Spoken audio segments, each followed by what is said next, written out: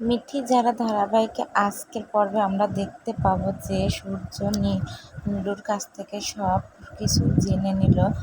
নীলুকে ভালোবেসে মদ খাইয়ে সব কিছু জেনে নিল সত্যিটা।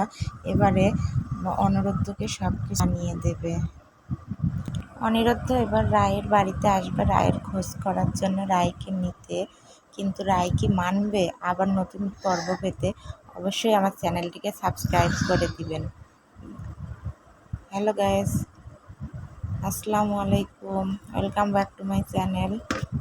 দেখেন আপনাদের সাথে ছোট্ট একটা ব্লগ শেয়ার করলাম। সজনে পাতা কেউ ভাজি খেয়েছেন কিনা জানি না, তবে আমি আজকে সজনে পাতা দিয়ে আর হেলেঞ্চা শাক আর কলমি শাক দিয়ে সব কিছু একসঙ্গে করে ভাজি করব। দেখেন শাক বাছছিলাম, আর অনেকে মিলে শাক বাছাটা মজাই আলাদা। আমরা অনেকে মিলে এই শাকগুলো বেছে নিচ্ছিলাম ভাজি করব বলে। দেখেন কি সুন্দর করে শাকগুলো বাছছিলাম। শাকগুলো আসলে মানুষের মতোই, দেখেন কি সুন্দর। যখন তরতাজা থাকে তখন সবাই মূল্য দেয়, কিন্তু শাকগুলো যখন মুটিয়ে যায় তখন সবাই তাকে ফেলে দেবে, কেউ শাকগুলোকে রেখে দেয় না। দেখেন আমি শাকগুলোকে আবার কুচি কুচি করে কাটছিলাম ভাজি করার জন্য। এই শাকগুলো কুচি কুচি করে না কাটলে এই শাকগুলো মিহি হয় না, এর জন্য এই শাকগুলো আমি কুচি কুচি করে কেটে নিচ্ছিলাম। দেখেন এখন শাকগুলোর কত মূল্য আছে। আগে যখন শাক তুলতে বসতাম অনেকগুলো মহিলারা মিলে, তখন অনেক গাদা গাদা গল্প এর পেট থেকে বের হতো, ওর পেট থেকে বের হতো, আর সেই সব গল্পগুলো শুনতে অনেক ভালোই লাগতো। কিন্তু এখন আর সেই সব গল্প গুজব নেই, আর সেই সব শাক তোলাও নেই। দেখেন আমি এটাকে ভাদাল বলি, আপনারা কি বলেন জানি না, অবশ্যই জানলে কমেন্ট করে জানাবেন। এখন ভাদালটা ছুলে নিচ্ছিলাম রুই মাছ দিয়ে রান্না করব বলে।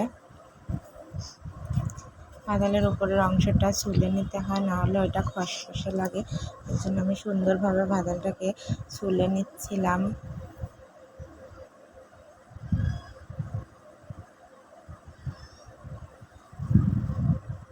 দেখেন রুই মাছ দিয়ে রান্না করব বলে গোল চাকা চাকা করে কেটে আবার মাঝখান দিয়ে একটা ফাড়া দিয়ে নেব। আমি কুচি কুচি করে কাটিনি, কারণ এটা আমি মাছ দিয়ে রান্না করব, ভাজি করব না। তবে এটা ভাজি খেতে সব থেকে বেশি মজা লাগে। আর আপনারা জানেন কিনা জানি না, এই সবজিটাতে অনেক পরিমাণ আয়রন থাকে, এটা খাওয়া অনেক পুষ্টি। এখানে আমি পেঁয়াজ রসুন সব কিছু কি সুন্দরভাবে ছুলে নিচ্ছিলাম, আবার এইগুলোকেও ছুলে নিচ্ছিলাম। আমার কাটাকাটি প্রায় সব শেষ। এবার আমি রান্নার জন্যে চুলায় যাব। দেখেন আমি সেই ভাদালগুলো আবার একটু গরম পানি দিয়ে হালকাভাবে ভাপ দিয়ে নিচ্ছিলাম, যেন এটার কষা কষা ভাবটা চলে যায়।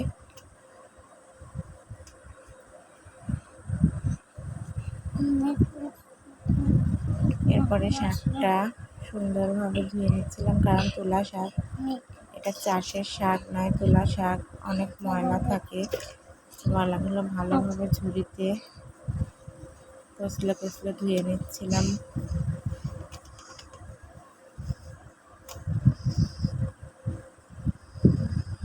এবারে আমি চুলাতে একটা কড়াই বসিয়ে দেবো। কড়াইতে পেঁয়াজ রসুন সব কিছু একসঙ্গে করে ভেজে নেব শাক ভাজি করার জন্যে। রসুন পেঁয়াজগুলো একটু লালচে হওয়া পর্যন্ত অপেক্ষা করছিলাম। এবারে আস্তে আস্তে করে সম্পূর্ণ শাকটুকু আমি ঢেলে দিব। দেখেন আমার শাকগুলো দেখে কি সুন্দর লাগছে, জিভে জল চলে আসছে। আর অনেকেরই সবুজ শাক অনেক পছন্দ। সবুজ শাকগুলো যেমন দেখতে ভালো লাগে তেমন খেতেও ভালো লাগে।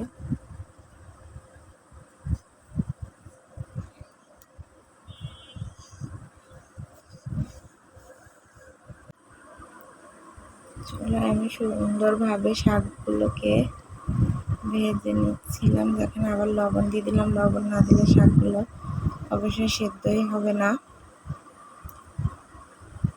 এবারে দেখেন লবণ দেওয়ার সঙ্গে সঙ্গে শাকগুলো কি সুন্দর নেতিয়ে গেল, সেদ্ধ হয়ে গেল।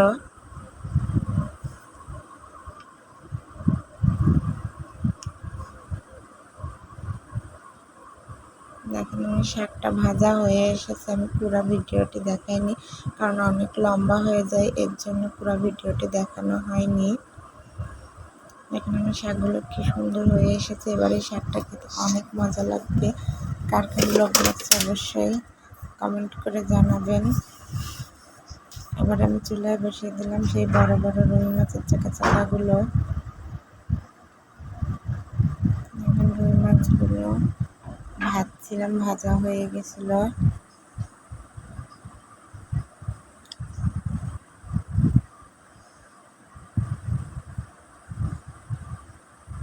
তারপরে আমি চুলাইতে দিয়ে দিয়েছিলাম এই বাদালগুলো আর আলু কষিয়ে সুন্দরভাবে কষিয়ে একটু পানি দিয়ে আরও ভালোভাবে কষিয়ে নিচ্ছিলাম, যেন এতে কোনো কষ না থাকে। কষ থাকলে এটা খাওয়াই যাবে না। দেখেন আমার ঝোলটা কি সুন্দর টক টক করে ফুটতেছিল।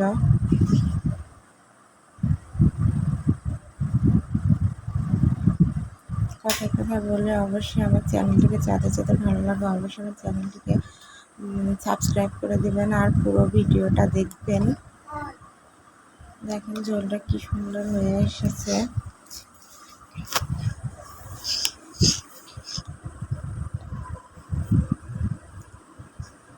আর আমার ভিডিওগুলো কেমন লাগে অবশ্যই কমেন্ট করে জানাবেন।